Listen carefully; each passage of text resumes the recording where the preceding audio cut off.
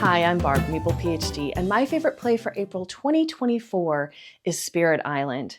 This is a game where you are spirits on an island trying to discourage the invaders from coming to your island.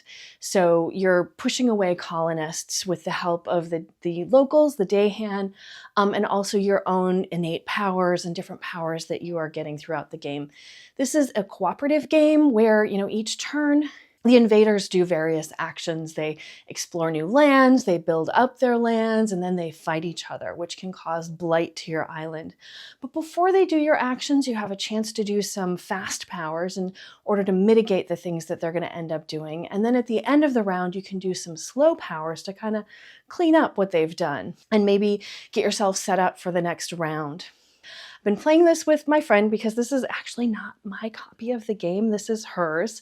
She was moving and didn't want to pack this up with the rest of her boxes, and so left it at my house. And I have been playing it solo quite a bit, and then she's been coming over about every week, and we've been playing through one of the scenarios in the game. So the game has a base game, which is challenging enough. But then you can add in these different scenarios where you are battling specific colonists who are coming to your island. This is our first foray into those scenarios. And so we are just working our way through kind of the starter one that they suggested. And we've been doing all right so far. We've lost a couple of the games, but then replayed it and were able to push through and win. The other thing we're doing, though, is trying different spirits each time. So part of the game is choosing what spirit you want to use. Some of them are super good at doing those fast powers. Some of them are really great at slower powers, which means you might have a little bit of a mess that happens before your powers trigger.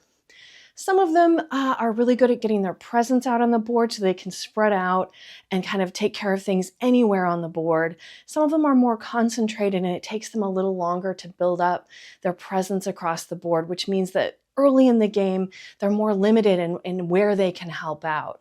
As we're trying these new spirits, we're also having to kind of figure out how they play. And so, we try and play a couple of games with the same spirits just to kind of get them in our heads, but then we want to try another spirit because it's super fun to try the new ones and see what they do. And so for me, this has just been a great fun experience for the last actually couple of months at this point, where we have been getting together, trying all of the different spirits. I'm working my way through some of the spirits in solo mode, which presents its own challenges because you only have the one spirit. So if it's the one that blossoms later in the game, the board starts to look like a real mess before you get there.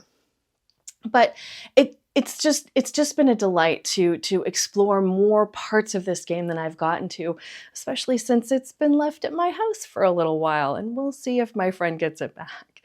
Anyway, so that is my favorite for the month, Spirit Island. I hope you've had a great month gaming.